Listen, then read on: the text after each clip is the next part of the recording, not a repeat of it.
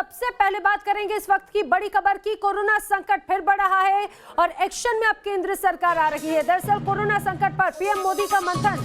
कुछ देर के बाद में पीएम मोदी तमाम राज्यों के मुख्यमंत्रियों के साथ में बैठक करेंगे। कोरोना के बढ़ते केसेस पर मंथन किया जाएगा, समीक्षा की जाएगी। वीडियो कॉन्फ्रेंसिंग के जरिए ये बैठक होगी। हालांकि जानकारी ये भी मिल रही है कि वैक्सीनेशन और कोरोना रोकने के प्रयास पर इस पूरी बैठक में चर्चा की जानी है। अब से कुछ देर के बाद में लगातार बढ़ते मामलों को लेकर अब मंथन किया जाएगा, चाहे महाराष्ट्र हो, मध्य प्रदेश हो या फिर गुजरात, राजस्थान, यहां पर भी लगातार मामले अब बढ़ते हुए देखे जा रहे हैं। महाराष्ट्र में तो नागपुर में लॉकडाउन लगाना पड़ा, संपूर्ण लॉकडाउन लगाना पड़ा। कई जगहों पर नाइट कर्फ्यू है, नाइट लॉकडाउन यहां पर देखने को मिल रहा है, क्योंकि पिछले 24 घंटों में लगातार मामले बढ़ते हुए नजर आते हैं। जिस तरह से मामले बढ़ रहे हैं वो कितने घातक हैं, आखिर इनसे कैसे बचा जाए, ये जो वेव है इसका किस तरह से प्रभाव हो सकता है, क्या ये उसी तरह से हालात तो नहीं बना दे रहा जो पिछले साल यानी 2020 में हालात बने थे। इन तमाम बातों पर हम करेंगे चर्चा। मेरे साथ में खास मेहमान जुड़े हैं, डॉक्टर्स की टीम मौजूद है। Doctor Swati Maheshwari senior physician है मेरे साथ में, स्वागत है आपका। डॉक्टर अंजार काजी सीनियर फिजिशियन मेरे साथ में है, आप दोनों का बहुत स्वागत है। हम आगे चर्चा करें, लेकिन उसके पहले अपने दर्शकों को बताते चलें जिस तरह से स्थिति बिगड़ रही है, खास तौर से महाराष्ट्र में एक बार फिर से ये कोरोना ब्लास्ट हुआ है, उसके चलते कोरोना के और मामले सामने आ गए हैं। कोरोना के एक ही दिन में 17,000 से ज्यादा केसेस मुंबई में सामने आए। जुहू चौपाटी बंद करने की मांग भी अब यहाँ पर होने लगी है। वीकेंड में शाम 4 बजे से ही जुहू चौपाटी बंद करने की मांग यहाँ पर की जा रही है। भीड़ और कोरोना संक्रमण के बढ़ते खतरे को लेकर अब यहाँ पर स्थानीय जो विधायक हैं वो मांग कर रखे हैं। एक रिपोर्ट देखिए।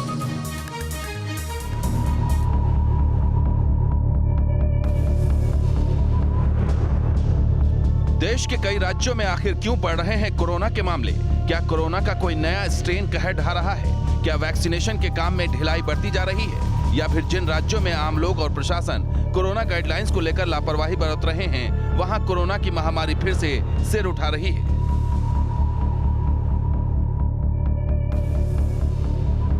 पंजाब, केरल, तमिलनाडु और महाराष्ट्र देश के ये 4 राज्य हैं जहां किलर कोरोना तेज रफ्तार से पांव पसार रहा है।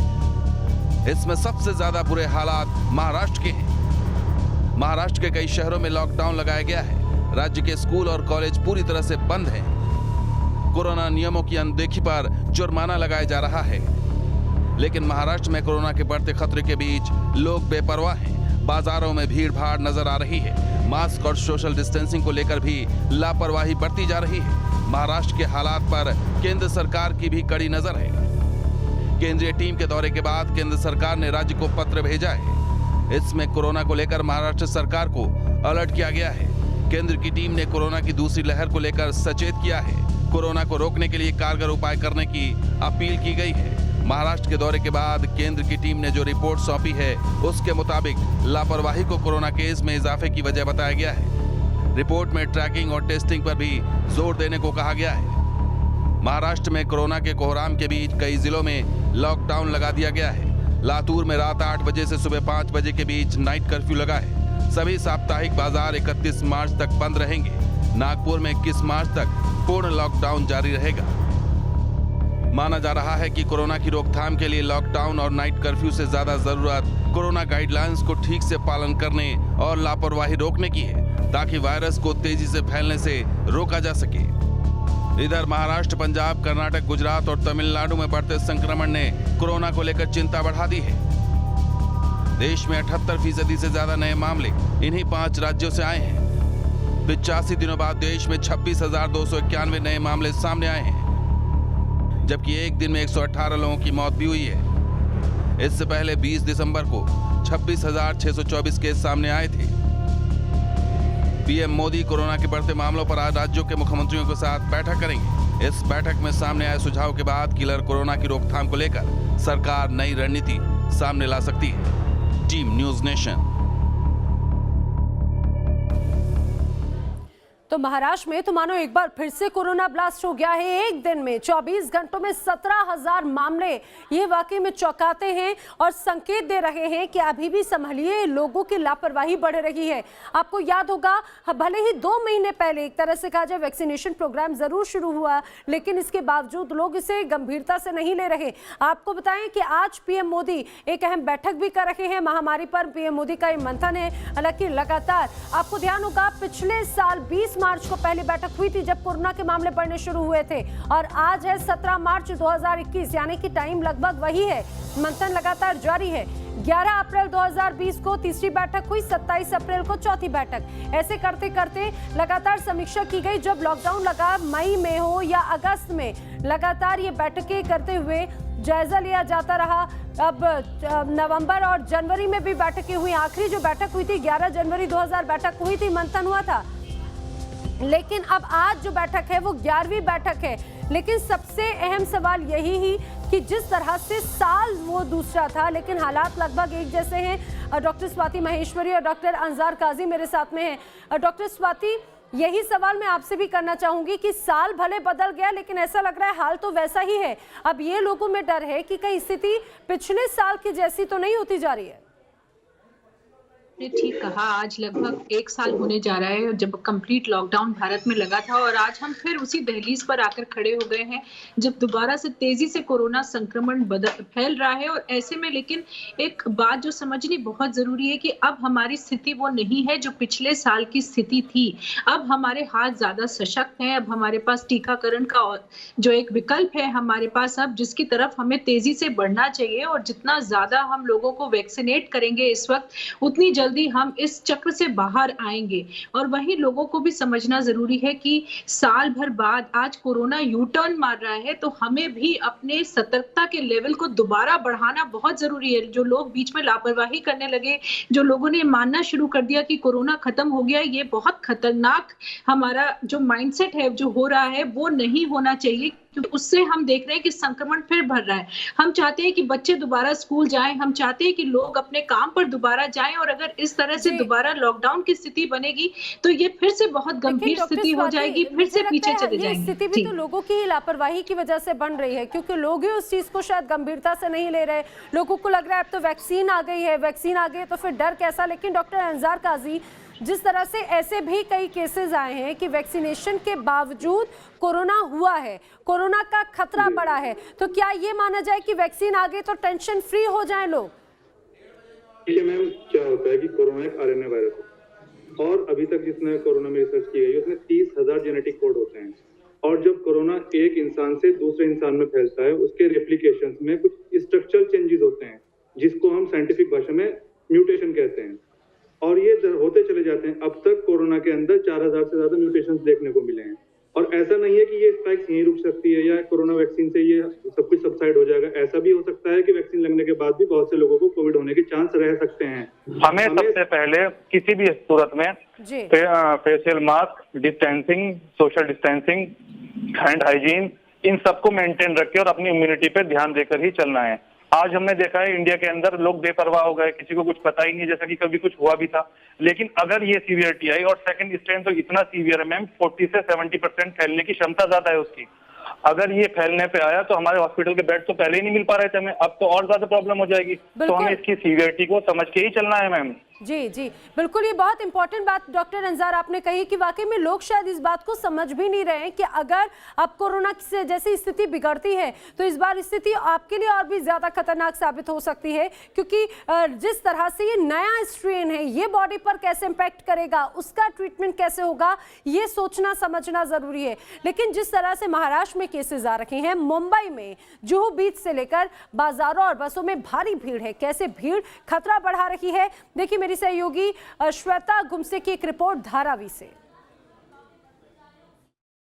हम बस वालों को पूछने की कोशिश करते हैं, सर कितनी भीड़ है बस में अभी? कितनी भीड़ है? कैसे सोशल डिस्टेंस पालन नहीं हो रहा है, आप नहीं बता रहे क्या? मुझे मालूम नहीं। ये देखिए जवाब जिस तरह से यहाँ पर बस वालों की ओर से आ रहा है, आप अंदर की तस्वीरें यदि देख के खुद डर जाएंगे कि इतनी की संख्या में, सैकड़ों की संख्या में लोग भर भर कर बस में जा रहे हैं। हमने पूछने की कोशिश की, जवाब उनके पास नहीं है। आप कहाँ रहते हैं? हाँ, धरावी में रहता हूँ। हाँ। आप काम करने के लिए घर गए थे, वापस लौट गए अपने यहाँ? नहीं, काम करने के लिए जा रहा हूँ अभी। हाँ। नहीं तो आप कहाँ के प्रॉपर रहने वाले, कहाँ से? पटना। अच्छा, वहाँ से वापस आ गए आप लॉकडाउन? हाँ, आ गया हूँ। वापस आ गए। हाँ। आपके साथ और भी कोई लोग आएंगे होंगे? बहुत आदमी आया। हाँ। भैया आप कहाँ के प्रॉपर रहने वाले? बिहार से। कब लौटे यहाँ पर? हो गया 15-20 दिन। 15-20 दिन हुए। आपके साथ और भी लोग आए होंगे? हाँ, 2-3। वो अलग रहते हैं, मैं अलग रहता हूँ। काम के लिए लौटना पड़ा? हाँ। भीड़ भाड़ नजर आती है अभी भी यहाँ पर? आती है, लेकिन ज़्यादातर हम लोग ऑटो से ही जाते हैं, या एसी बस आता है 105, उससे जाते हैं। आप किधर रहते हैं? मैं शुरू से मुंबई में रहता हूँ। अच्छा।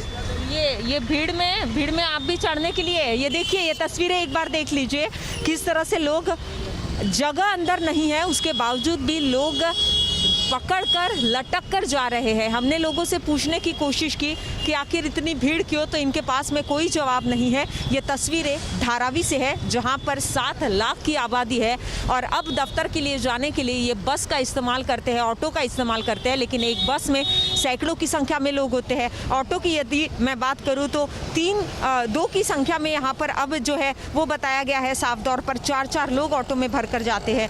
लेकिन ये तस्वीरें धारावी की है जो अभी भी बस का इंतजार कर रहे हैं। सोशल डिस्टेंस का पालन यहाँ पर बिल्कुल भी नहीं देखा जा रहा है। कुछ लोग हैं जिन्होंने मास्क पहने हैं, कुछ लोग जो है जिन्होंने मास्क नहीं पहने हैं। डर इन लोगों को बिल्कुल भी नजर नहीं आ रहा है। वीडियो जर्नलिस्ट अनिल शिंदे के साथ श्वेता हुन से न्यूज़ नेशन, मुंबई।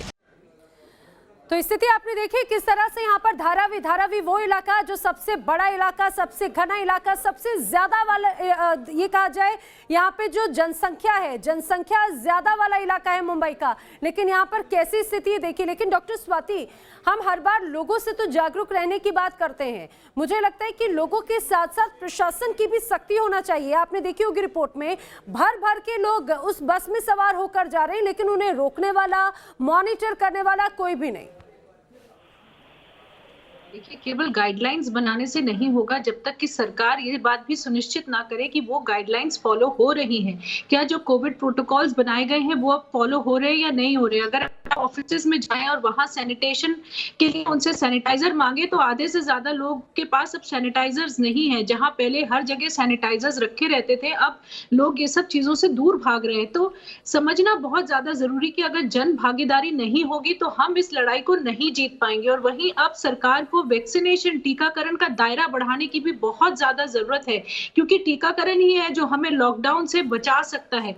इसलिए एक छोटा सा सुझाव ये भी रहेगा कि जिस तरह से अब हम बड़े बुजुर्गों को वैक्सीन लगा रहे हैं, क्यों ना हम उनके साथ जो एक यंग बंदा जाता है उसको भी वैक्सीन दे। एक बड़े बुजुर्ग के साथ एक यंग को भी अगर हम वैक्सीन देते हैं तो मुझे लगता है उससे हम जल्दी वैक्सीन अपनी जो दे रहे हैं, टीकाकरण दे रहे हैं, उसको डबल अप कर सकते हैं। और कहीं ना कहीं देखिए, आज प्रधानमंत्री जी भी, जितने भी चीफ मिनिस्टर्स हैं, उनसे ये बात करेंगे कि किस तरह से हम टीका अभियान को और तेज कर सकते हैं, किस तरह से राज्य सरकारें उनको सहयोग कर सकती हैं, जिससे कि हम और लोगों तक टीकाकरण पहुंचाएं। और खास तौर से जहां संक्रमण बहुत तेजी से बढ़ रहा है, अगर महाराष्ट्र की बात करें, मध्य प्रदेश की, वहां कैसे डॉक्टर स्वाति, यही तो चिंता की बात है। हालांकि ये भी कहा जा रहा है कि जो खेप है वैक्सीनेशन की, उससे उनके नंबर्स को बढ़ाया जाए और ताकि जल्द से जल्द ये जो वैक्सीनेशन प्रोग्राम है वो उसमें सभी कोई भागीदारी दे सके। अब अपने दर्शकों को हम बताते हैं ऐसे टॉप 10 सिटीज, ऐसे 10 बड़े शहर जहां पर मामले बढ़ रहे। पुणे में 26,218 मामले सामने आए,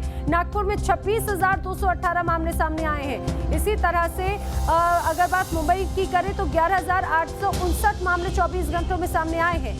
ठाणे में 10,914 मामले सामने आए हैं 10 दिनों के अंदर। 10 दिनों में क्या हालात है जानिए। नासिक में 9,024 मामले अभी तक सामने आ चुके हैं। इंदौर की बात करें, मध्य प्रदेश के इंदौर में 5,238 नए मामले देखने को मिले। तो बेंगलुरु में भी लगभग ऐसा ही हाल है, यहाँ पर भी 5,047 मामले सामने आए। महाराष्ट्र के अमरावती में 4,250 मामले अभी तक सामने आए। 10 दिनों में चेन्नई में 3,811 मामले कोरोना पेशेंट्स के सामने आए, तो जालंधर में 2,424 मामले अभी तक सामने आ चुके हैं। ये वो 10 बड़े शहर, 10 शहर जहां पर पिछले 10 दिनों में इतने खतरनाक, ऐसा लग रहा है तेजी से मामले एकदम सामने आते जा रहे हैं। वजह क्या है, बचाव क्या है और किस तरह से सजग रहना है, ये हम लगातार जान रहे हैं। कोरोना के मामलों में बढ़ोतरी हो रही है। पंजाब में लुधियाना और जालंधर समेत कई इलाकों में लापरवाही भारी पड़ रही है। कैसे अब पंजाब में करेक्शन लिया जा रहा है, देखिए एक रिपोर्ट।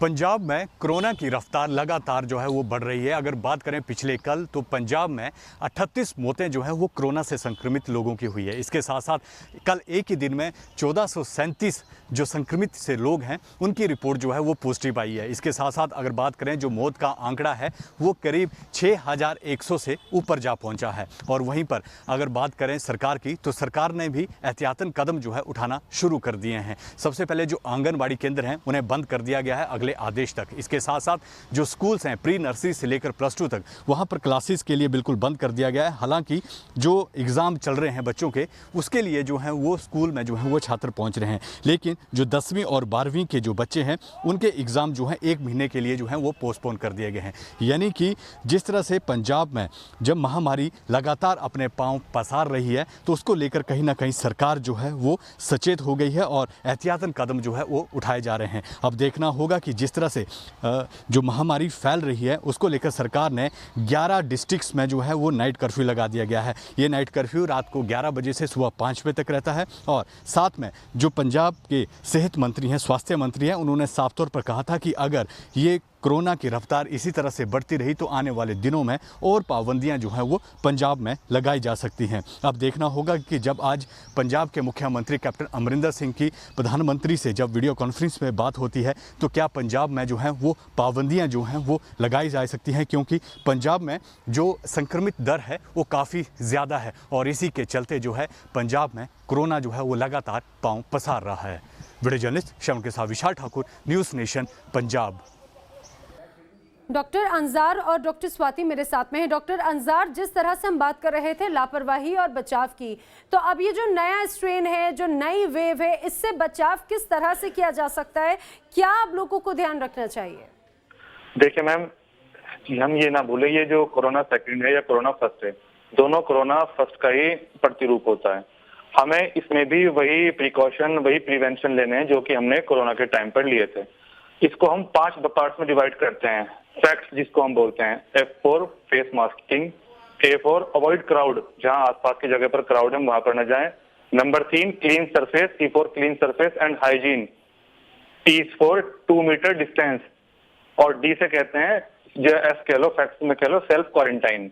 हमें इस चीज को ही ध्यान में रखकर आगे चलना है मैम।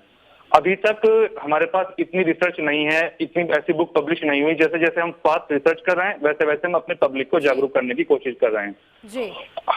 केंद्र के साथ या राज्य सरकारों के साथ साथ आम लोगों की भी जिम्मेदारी है कि वो इस चीज को सीरियसली लें और अपने घर परिवार, बच्चों और बुजुर्गों को बहुत तौर तरीके से रोज डेली बेडोरी रूटीन की एक्टिविटी करने की सलाह दें। बहुत इंपॉर्टेंट बात ये कही डॉक्टर अंजार आपने कि ये प्रशासन की जितनी जिम्मेदारी है, सरकार की जितनी जिम्मेदारी है, उतनी ही लोगों की भी जिम्मेदारी है, उन्हें समझना होगा।